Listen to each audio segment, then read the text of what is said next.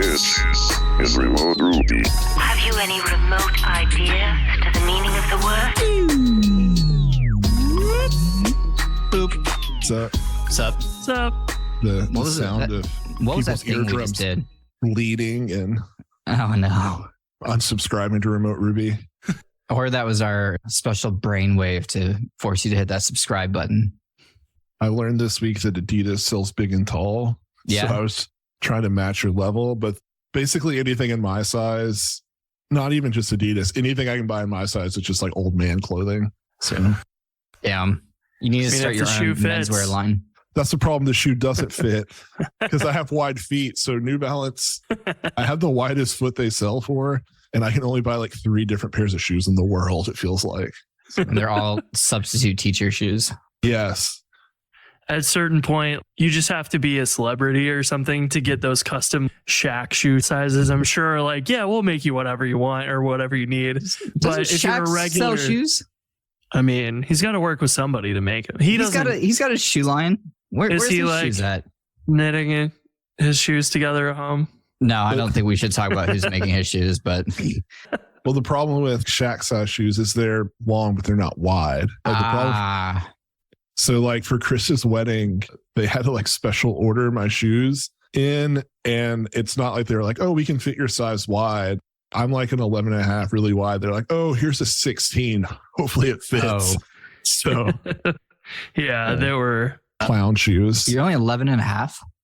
I'm a 10. Dang. Big feet. Cool. Cool. Feel like Glad we had this call. I feel so more insecure you right know. now. I don't know what's happening. I will say you and I have talked about some things that other people should never know we talked about, and that makes me the most uncomfortable is the conversation we just had. Oh yeah, no, I feel weird. Real weird. Bet. I feel good now that I'm back. Oh, good. There's stuff to talk about, I'm sure, but it hasn't been the most Ruby news-centric week. So one thing I did just want to mention, I'm saddened, as I think we all are, about the passing of Chris Seaton. Chris came on our show pretty early on. I feel like he was maybe one of our like first round of guests. It was back when it was just Chris and I. And I was actually really nervous to have Chris on because Chris just so intelligent. But that conversation, he was so kind and so gracious and never once made me feel like I was lacking because I didn't know those things. He was very encouraging, and that was a very fun conversation for me. And that conversation really set the most positive projection of Chris Seaton in my mind. And then only briefly got to talk to him at Sin City, but a huge void in our community. And we will link that episode in the show notes if you want to go listen to it. But just wanted to acknowledge how much we will miss Chris and how much of an impact he's had on lots of people. I don't know how you shift out of that, but I'm going to do my best here to get us on some Ruby related content. The lowest hanging fruit we could talk about is we just finished another Hanami stream about 30 minutes ago. So that was my third. I tried a Tuesday night this week. I didn't even see that.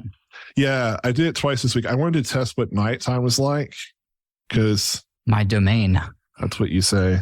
Last week we had average like 15 to 20 people, and I didn't think I'd have that many, but I was thinking like Tim Riley in Australia is 17 hours ahead of me. Of course, he went there this week because he was working on his RubyConf Thailand talk, but it was, I'll put it this way, it's a much more intimate setting. There's like 3 or 4 of us, which is probably good because I tried to run a migration and I spent 20 minutes figuring out why it wouldn't run. And it's because when I close the Hanami server with Control C, it shuts down Puma, but it doesn't fully shut down something. I've seen that in other things before too at Puma. Okay. So the database connection was still around. And so like it was actually, I don't know, probably not running the migration properly. I was really glad to figure it out. But so it's probably good there weren't a lot of people there for that. But today we spent 2 hours and we built some associations and we built authentication from scratch. Yeah. And it was a hell of a ride. It was fun. I'm not working today. You're not either, right? We're both off today. Yeah. So I woke up and it was like 10 a.m. or something. And I'm like, oh, is it Jason's stream time? And I pulled open your stream and you had just gone live. And I'm like, sweet. I had just shown your passport photo by the time. Yeah, that's what Andrea texted me immediately and was like, you missed this. And I was like, what has he done? I mean, you knew better. Well, I asked her if you roasted me and she said no. And I was like, oh, damn, that would have been funny. No, I just literally like I have my pre-roll thing, which is literally my head rolling around. And then when I can't cut to my screen, you were just zoomed in all the way. Nice. I cut out your passport details. It's just Thank you. So good. I sent Jason a picture of my expired passport and the pictures from 10 years ago. And apparently I look the exact same. So that confirms that I am still a child. Yeah, you could have not sent me like the passport information, just sent me the picture and said, I'm Benjamin Button, and I would have believed it. Aha. Okay, cool. Cool. I got to write that down for my therapist. No, it was fun. I feel a lot more comfortable. I've only done like 3 hours. Oh, I guess no, that's not true. It's probably been 5 or 6 hours now, Hanami. I feel a lot more comfortable with it. Like I feel more comfortable using ROM. It's more verbose in certain areas than active record. I like the concepts, so it's cool. Today we modified a change set to use bcrypt to encrypt a password. That was cool. I don't know. It's really helpful having Peter there because he created ROM and he can always tell me what I'm doing wrong. Yeah, it is fun to ROM, watch. ROM. Like CD-ROM. Some people in the chat were like, yeah, I would want to do this type of thing too, but I don't know. What if I get things wrong or whatever? To me, that's part of the fun. That's part of the reason like I like being in the chat. It's like, hey, it feels like a collaborative pairing session almost, just with like less hands on the keyboard. And it's kind of fun to like have the streamer run into an issue and then everyone in the chat starts like typing what they think it is. And someone eventually gets it. And it feels like the group has success and you all feel like a sense of success from that. So I say if you're interested in streaming, just do it. What's the harm in trying? Like you may not get many people in the chat the first few times, but if you do it on a consistent day and time, which I think is why once a day, like a lot of people showed up again. Yeah. And I think if you do it consistently on a consistent time and people are like, oh, this is the time that I hop into this person's stream, then you can totally build a viewer base, build people who will keep coming back, maybe even have some of these library authors drop in. So if you're interested in streaming Ruby, do it because someone said in the chat today, like more and more people are doing it. And I agree. It's really fun to watch. And I hope more people do it. Emily Samp was talking on Twitter today about possibly doing a stream going through Advent of Code with Sorbet.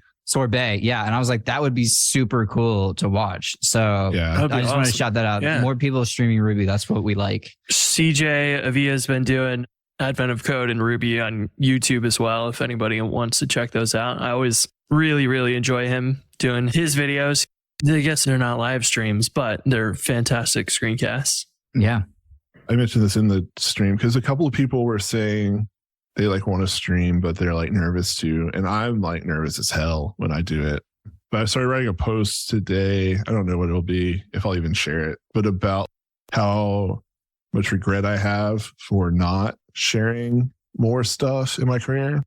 I'm trying to change that now. I've always been scared of rejection and looking like a dumbass, even though like I don't mind looking like a dumbass when it comes to like non-code things, but you know, when it's your livelihood, it's a little scary, but I don't know. People have been really cool and receptive on this stuff, like the Tsunami stuff we're doing. Cause I just admit like, I don't know.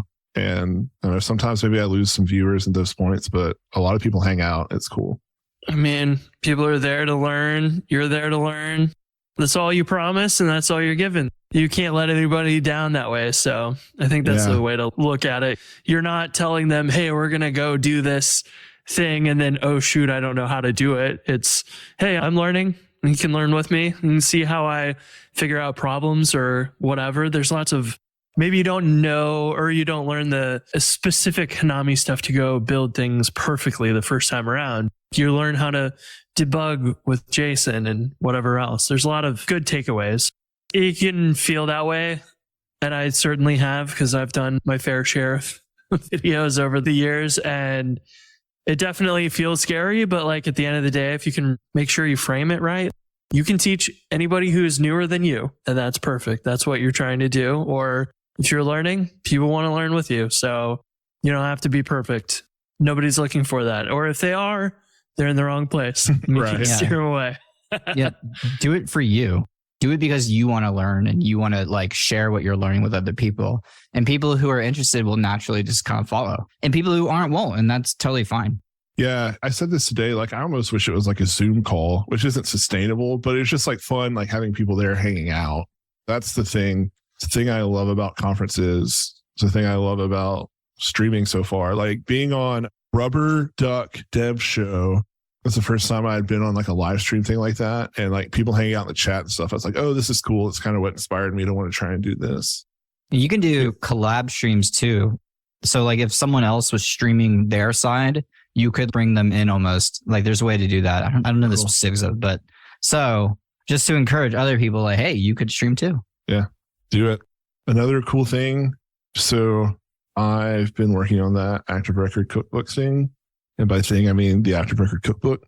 And to support myself in some of the lessons inside the project I'm working on, I just brought in like Active Record and a couple of models, and I load it to a console. And so I have like an interactive, it's not a Rails console, but an interactive Ruby environment with Active Record. And I'm thinking about shipping the book with that. It's just a free thing because you can load it up, and like every example I have in the book so far is recreatable there already. I don't know if that will add any value or not, but it's been valuable for me while I'm writing it. Yeah, do it. I would like that. Do it. I dare you. Yeah, Bet. You won't. You won't. You won't. Jason immediately drives to the airport. I was telling some friends that story the other day, and now how I'm trying to coerce you into a bigger trip. Dude, you didn't even have to coerce me. You just said it, and I was like, let's do it. Oh, sweet God. But yeah, I don't know. That was cool because I have it. If I have, it's been a long time since I've just stood Active Record up by itself. And I know a lot of niceties around Rails and Active Record that you take for granted when you just pull up Active Record. But I have just like one big migration in this like setup script. It has seeds and everything, so you can reseed the database. I don't know, it's cool. It's fun just to hack around on stuff that's not work. Any deadline you're setting for yourself of when people can expect this content? I would like to have it before February 2023. Nice. You shouldn't put the year in there. That way you have ultimate flexibility there. I'll edit that out. Edit that out. I would like to have it before February. Now I have, 15 lessons written, and some of them are very succinct, right? Because I'm doing that like cookbook approach. So it's like, here's the problem I want to solve. You go to it. And sometimes there's just not a lot to say about certain queries.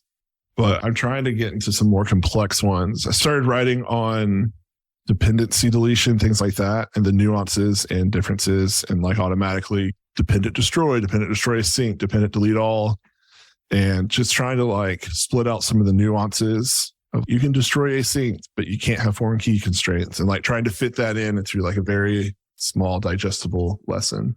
It's fun. It's challenging because I want to be succinct and I want to be helpful. I don't necessarily want to use this as an opportunity to explain the history of. Those are the two hardest things: succinct and being helpful. Like that's damn near impossible, man.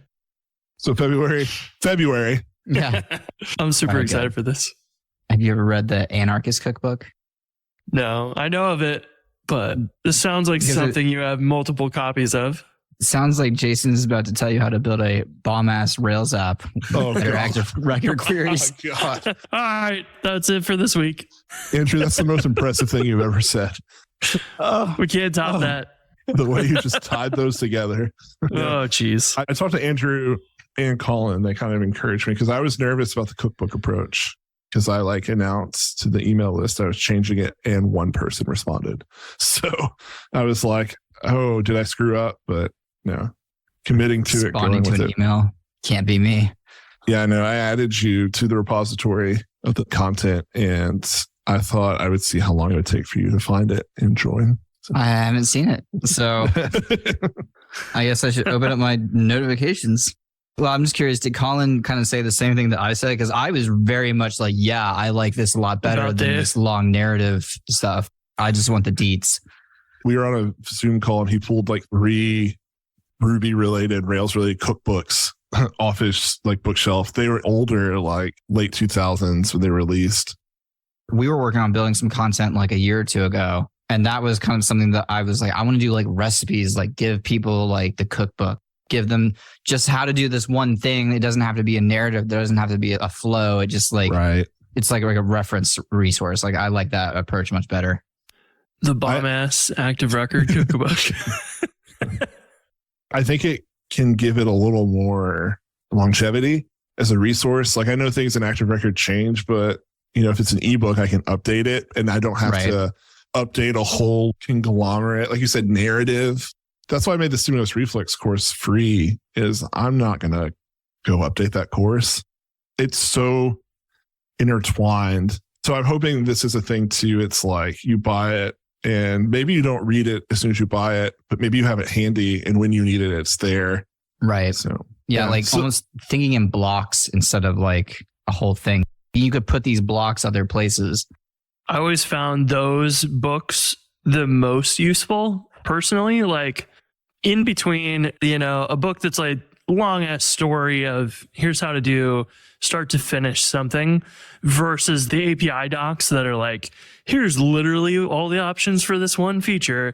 I really always want something that's in between that tells me, here's the thing, here's roughly why you would use it and the high level of applying it. And if I need to dig into the like nitty gritty details, API docs are there, but I don't want to have to read 400-page book to dig through that and find this one association thing that I'm trying to accomplish. So to me, this is like a reference that I could use all the time. Like the same reason you would buy Tailwind UI, you have all those components you can reference, and then you're like intended to look at them and then modify them for your use case, which same thing here. You're trying to accomplish this thing, go skip straight to this chapter. You don't have to read anything else in the book. It is by itself. You can apply it whenever you need it. I think that stuff is the most useful to me. So I highly encourage that. That's something that every developer can use at all times. Anyone can use this regardless of skill level. Like this would be just as helpful to a junior as a senior. A narrative story may not be. Yeah. Part of that is I don't want to have, using the same moniker we've been writing, a bomb ass table of contents. The idea is so I have comparison operators, right? Like less than, equal to. I have a lesson for I need an active record query for calculating less than or equal to is another lesson. Greater than is a lesson. Kind of have them split out. And the other thing that I've struggled with when writing this, because I remember I want to be succinct, is I gave too many options at first. Here's how you do it with a template string, like a SQL literal, and here's how you do it with a range. And I was like, I think what I'm going to do right now is just give the option that I would use if I was writing this, not all the options. And so here's how you do for less than, here's how you write it with a range for a date. Here's how you write it with a range for a number value. Here's why you can't use 2 dots. You have to use 3 dots or whatever. Just very one-liners.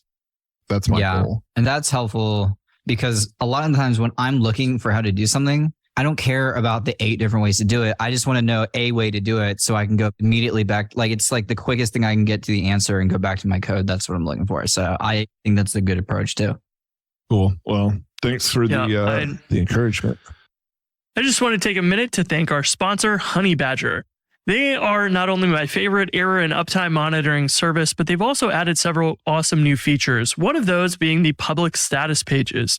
So it makes perfect sense that your error and uptime monitoring tool can have a public status page for you to communicate any downtime outages with your customers. So whether US East 1 is down or you forgot to add a configuration file, Honey Badger is there for you to help communicate any downtime or outages with your customers. Plus, they've also added SSL certificate monitoring. So like many of us use these days, Let's Encrypt certificates expire every 90 days. And if for some reason you're a week away from expiring an SSL certificate, they can let you know ahead of time so that you can take care of it without any outages for your customers. Plus, managing the errors and things inside of Honey Badger has gotten even easier with Honey Badger Actions, which you can use to automatically assign errors to yourself or another team member, add tags to different error classes, and more. And they also have batch actions, which you can use on the search results to help manage your backlog of work to do. So Honey Badger is the place to check out for error and uptime monitoring, and it's only getting better. So check them out at honeybadger.io. I also agree with the curated examples. You're not trying to do everything. Like, that's what the API docs are for, like for infinite options. You're saying, here's the way I would do it. This is the reasons why I do it this way. And that's what I'm paying for. I want to learn from you and why you chose those approaches. I don't need to know every approach that's available. I want to know this one has these trade-offs, and that's why you generally use it. And maybe you include a reference to like, oh, if there's, maybe both ends of the range are variables or something, and it's easier to just put it in a template string than do that or whatever. Like, there are probably those nuances that are like, well, this is for 75% of cases that I use this, and 25% I do this other one. And cool. That's what I would want to know. Like the battle earned bomb ass active record tips. That's going to be my thing. If I ever tweet out active record tips, they're just going to all be bomb ass active record tip.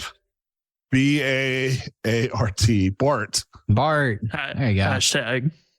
Yikes. Well, yeah, that's what I've got going on. That, and we put some of the finishing functionality on our TipTap editor. It definitely has a lot more room for like finishing touches, but it has been a learning experience. And if I remember right, you're saving the JSON in the database instead of HTML, like action text. Yep. So one of the next things we have to do when we get back to work next year, probably Andrea will work on it. I'm sorry. Don't say the year. Excuse me. Then you can come back anytime. Yeah. Just don't tell Spencer. Sometime in January. When we get back to this thing sometime in the future, we can't just now go drop it in everywhere. We've got to come up with a mechanism for converting this HTML that's been made in Trix into JSON structure for TipTap. And I don't think it'll be, maybe it's easier because I'm probably not the one working on it. I don't think it'll be too bad because they only have one heading option. There's no tables. There's lists, numbered lists. So like, should be pretty. Yeah, there's a minimal set of tags. As long as there's like this kind of generic structure, we should be able to use Nokogiri, parse it, and then take those nodes and convert them. The only one that's going to be maybe a little tricky is how Trix does when you drop an image in. It's like a figure and all that. But if it's consistent, then we can at least be like, okay, well, this is actually an image node, and we just need to convert that. So I don't think it'll be fun, but I don't think it'll be awful. Well, it's fun for you because you're not doing it, right? Fun for me because I won't be either. I offered to help, but it's cool. Kevin helped me quite a bit with the actual traversing of the nodes. So I had the node structured like the tree, and then he helped me come up with a mechanism for it. And the mechanism he came up with was it's a visitor, and this is what he uses in syntax tree. And so we can have multiple visitors. So one for HTML. And so when we need to render HTML, we traverse the JSON structure in the database and call like visit heading node, and it generates an H1 or an H2. And that's been really cool. But what's cool about the visitors, we made one now. We need to convert this JSON. We don't need to convert it. We need to transform it to give it back to TipTap. And the reason is because of attachments. So when you upload an image with active storage, we store the signed ID. We don't store URL because if we're using a private service that can expire. What we're doing now is we have a separate TipTap visitor, and it traverses, and it basically just always returns the same JSON, except for images and files. It sets a file preview, well, mostly for images, which is a URL that's valid for you long enough to at least load it when you get into the editor. And that was awesome because that was just not changing anything, just creating a new visitor, a new TipTap visitor, and mostly aliasing every method except the image one. So there's all kinds of room here. If we need to do other things like render a special type of HTML for emails, we'll just make a new visitor. It's really cool. That is super neat. And not to take away anything from what you guys have done, but I just wanted to give a shout out to Connor for finally releasing the 0.02 version of Rhino editor, which is exciting. Shout out Connor. I know he's been working on that for a long time. That's a big thing to do that, because he's effectively doing what you're doing, but actually like storing it in all of the HTML that's compatible with action text on the back end. So in theory, it's a huge feat. Huge. Yeah. So in theory, you just drop this in and change out the front end from tricks, and you have a highly customizable editor on the front end. I'm sure that there will be some interesting things of how do we go and do the, sanitization of attributes and other tags and whatever. I'm sure there's bits in there as well, but I haven't tried it out yet, but I can't wait. I mean, Tricks is a nice, clean, minimal editor and does a good job for basic stuff. But if you need tables and a lot more complex things, then you're up for writing either a lot of JavaScript or an alternative like this is going to be a good option. Exciting to see that as well. So I can't wait to give it a try. Yeah, it was cool to see Connor's editor. He has a demo of it in the browser. And selfishly, it's cool to know how TipTap works, because like I saw it, I was like, I kind of understand what's happening here, and that was kind of fun. Who would have thought text editors would be such a unsolved problem in the year X? Yes. See what I did there? See what I did? That way we have evergreen content. This podcast episode will be always accurate forever, because I guarantee you that text editors and file uploading just generally never get solved in a nice way ever. Yeah. That's always been surprising to me, like how ridiculous it is for file uploading. To do that, to upload it in parallel or, behind the scenes while you're editing the forms, and then you got to block the form until that's edited or finished uploading and you get the ID, then you save that. And it is so weird, Yeah. And like you can't upload files directly to your web server because somebody's going to upload an 8 gigabyte text file or something, and then right. You're going to run out of disk space.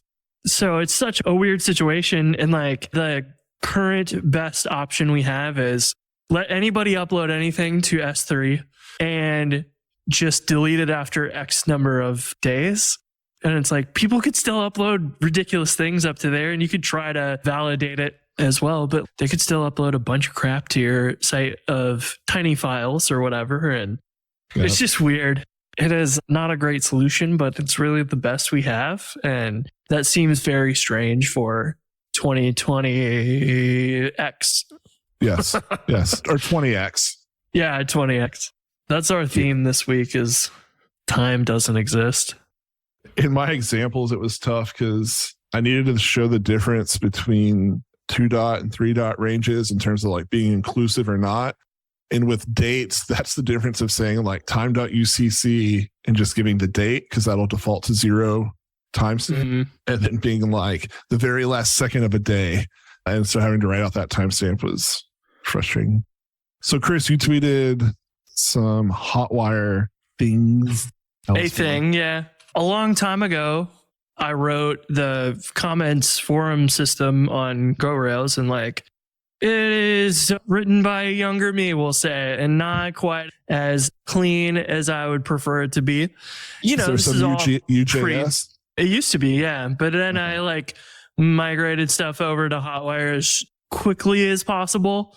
So we had, I don't know, it was like the install Rails on Windows 10 guide or something, 500 comments or something. And the page was getting a little slower to render. So I basically went and just slapped a empty div with a loading thing in it and a stimulus controller to go make an AJAX request to grab the HTML for the comments and just toss it in a separate request.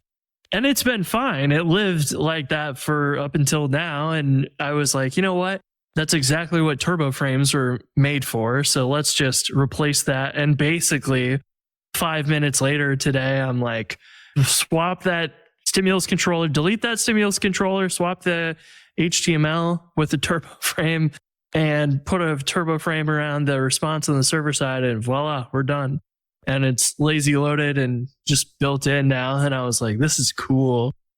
But I want to take it a step further, because right now it still will render all the comments, and we have like a reply button that has a hidden form that it will just unhide.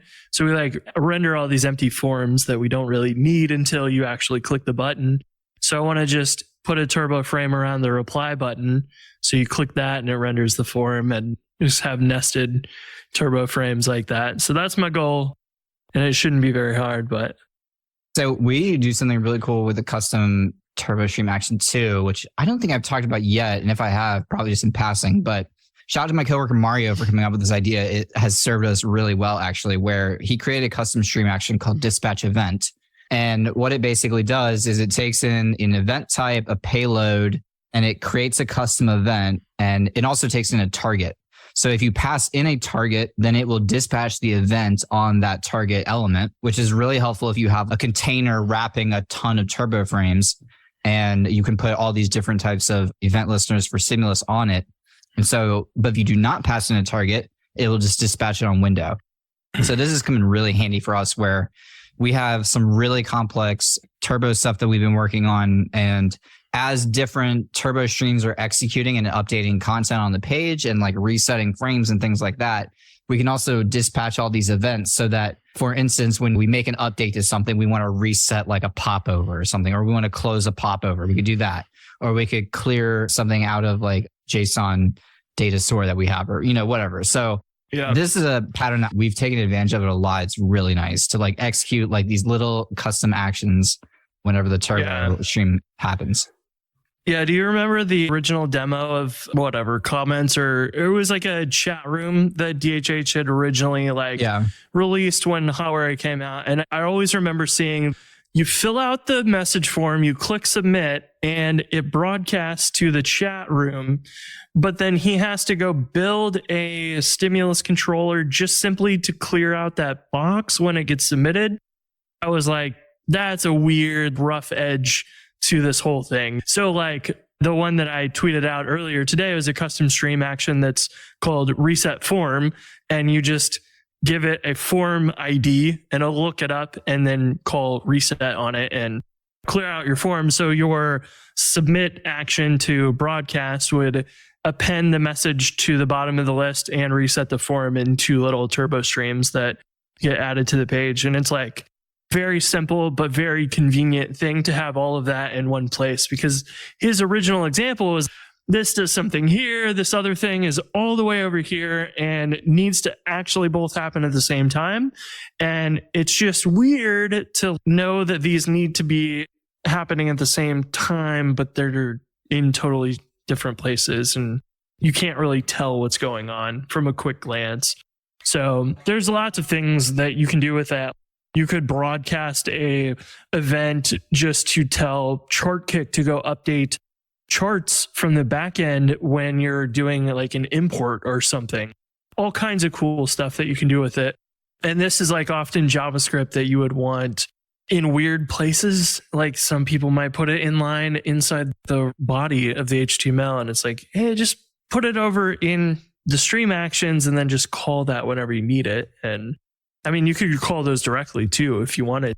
You can make them reusable that way. You don't have to use a turbo stream to use it. You can just pass that in or whatever, as long as you set the right binding for, because this will be the element that it's going to operate on. So you just have to be careful that whatever you did with the custom call there was aligned properly. But yeah, it's a feature that I actually asked DHH about 2 days after Hotwire came out, and he was like, I didn't have very good examples at the time, but I knew like there's got to be some cool things we could do with this. And he was like, nah, not right now. Because I mentioned like browser notifications is a good example of like, just call one of those and Chrome can then do its native notifications or whatever. Yeah, that's cool. Shout out to Marco. I'm pretty sure he worked on all that stuff. Yeah. It's a big help for us. And I'm kind of excited to see what more we can do with it. Yeah, Marco's got Turbo Ready. There's also Nate. The Turbo Power and that's right. That's right. Yeah. Yeah, both of those are awesome though, like extensions that you can just include, and voila, you have all kinds of different actions you can take on there. And maybe that'll be one I'll pull request to them, because I don't think there's like a reset form, but you could easily build your own, or might not be a bad thing to include. Yeah, I was pairing with Nate on some Turbo Ready stuff last weekend, and we were writing like custom web components for debugging stuff. It was really cool. It was fun. So yeah. Sounds like some bomb ass pairing. It was. Yeah. I've written more JavaScript in the past month and a half than I ever have, and I've gotten better at it. Andrea, I got her loving React now. What can I say? That is shame. That's an oversimplification. She tweeted that she tolerates it now. I mean, React is great at what it does. Moving mountains. That's the problem.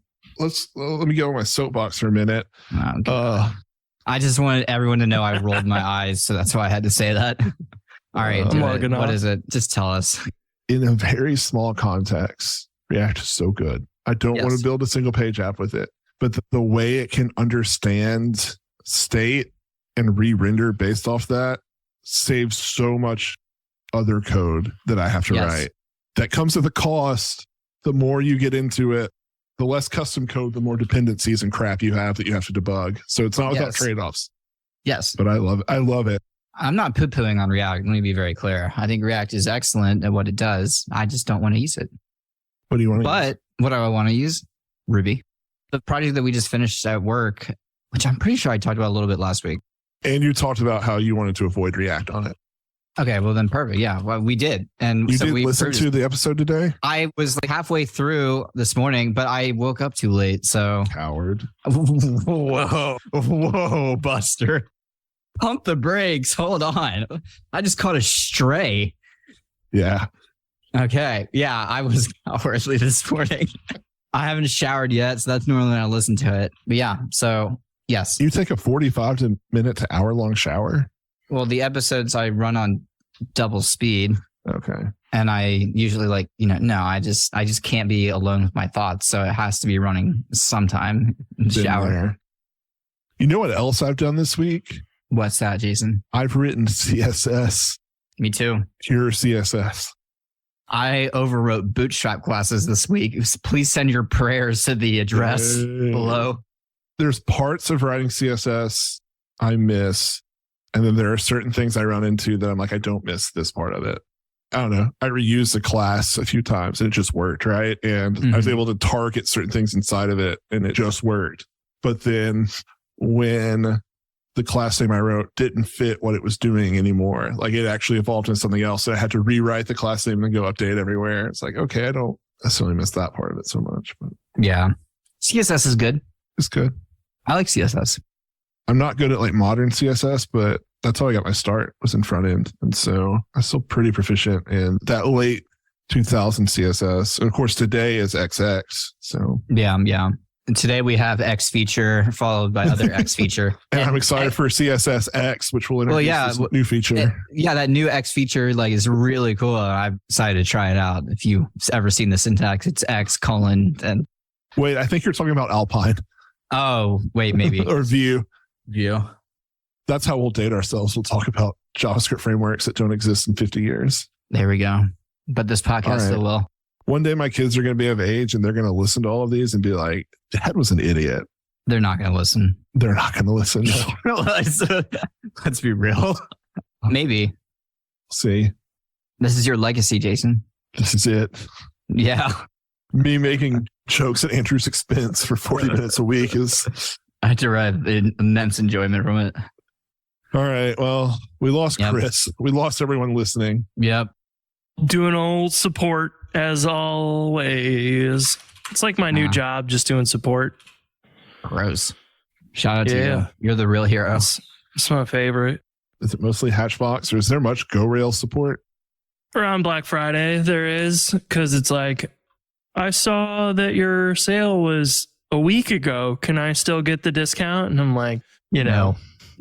Lots of those things. Or like people don't pay attention to the emails that say, hey, your subscription's renewing, and they get charged and then they want a refund and yada, yada, yada.